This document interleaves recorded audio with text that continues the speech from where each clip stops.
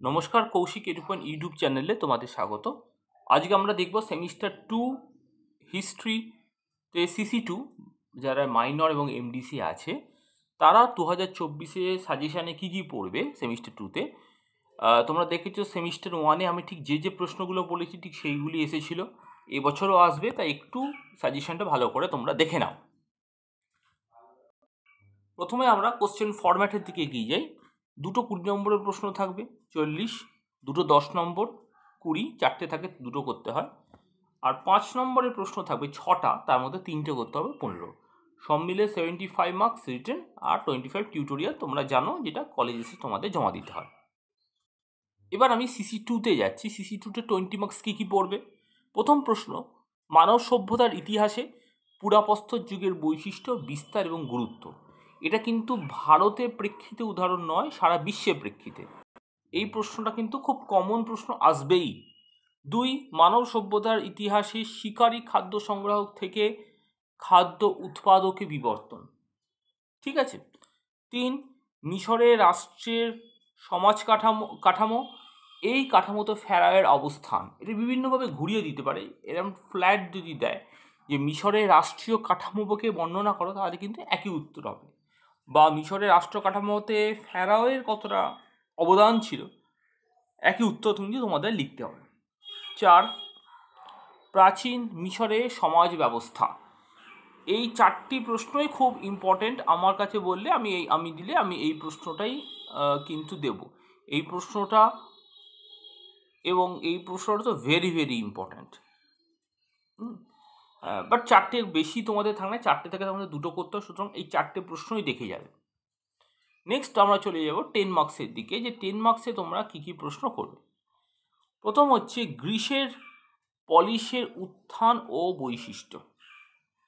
এটা আসতে পারে, ভালো প্রশ্ন, 10 নম্বর।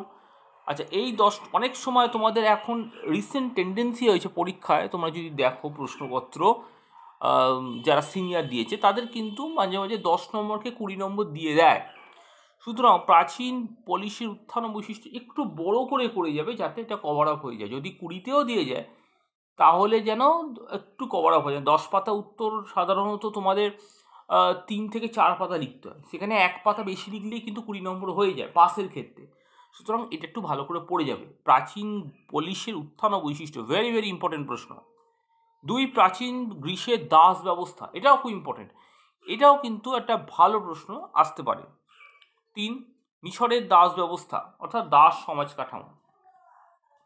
4, মিশরের স্থাপত্য শিল্প। আচ্ছা, স্থাপত্য শিল্পের পাশাপাশি যদি তোমাদের আলাদা 5 মার্কস প্রশ্ন থাকে পিরামিড, তাহলে কিন্তু তোমাদের এইটা এখান থেকেই কভার আপ হয়ে যাবে। সুতরাং এটা চিন্তা করা দরকার নেই, কারণ স্থাপত্য শিল্পের একটা বড় অংশ পিরামিড, কিন্তু সেটা হয়ে যাবে। এবার আমরা দেখি, এবার একটা ছাত্রছাত্রীদের জন্য একটা নতুন ঘোষণা আছে।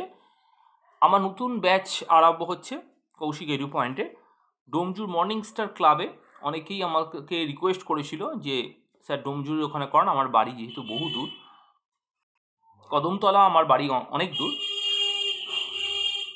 তাই আমার নতুন ব্যাচ শুরু হচ্ছে ডোমজু মর্নিং স্টার ক্লাবে এখানে। আর আমার বাড়ি তো কদমতলা আছেই। আর ক্লাস সাধারণত সেকেন্ড সেমিস্টার থেকে আরম্ভ হচ্ছে। অনেক ছাত্রছাত্রীদের অনেক রিকোয়েস্টে আমি একটা নিয়েছি ডোমজুর মর্নিং স্টার ক্লাব, আমার new centre Domjur morning star club, আর কদমতলা নিজস্ব বাড়ি। এবার আমি 5 মার্কসের দিকে এগিয়ে যাই। 5 মার্কসে তোমরা যেটা পড়বে, প্রথম সোফিস্ট দর্শন অর্থাৎ সোফিস্ট ফিলোসফি। 2, স্পার্টাকাসের বিদ্রোহ। 3, মধ্যপ্রস্তর যুগ। 4, মিশরের ধর্মীয় জীবন। 6, গ্রিসের স্থাপত্য শিল্প। 7, গ্রিক ঐতিহাসিক হেরোডোটাস। 8, গ্রিক ঐতিহাসিক থুকিডিডিস। এবং 9, রোমের বাণিজ্য। প্রত্যেকটা প্রশ্নই ইম্পর্টেন্ট, দয়া করে এর মধ্যে কিছু সাজেশন করতে যেও না।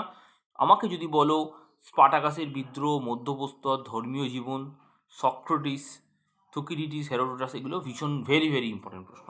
বাকিগুলোও করে যাবে, এর মধ্যে কিন্তু কোনো ছাড়তে যেও না, কারণ খুব কম প্রশ্ন তোমাদের আমি দিয়েছি। এর মধ্যে সাজেশন করা, এর বাইরে সাজেশন করতে গেলে তোমরা প্রশ্ন কমন পাবে না। এইটুকুই তোমরা করো, এর বাইরে যদি কিছু প্রশ্ন থাকে তাহলে কমেন্ট বক্সে জানাও, আমি ঠিক উত্তর দেবো। Thank you.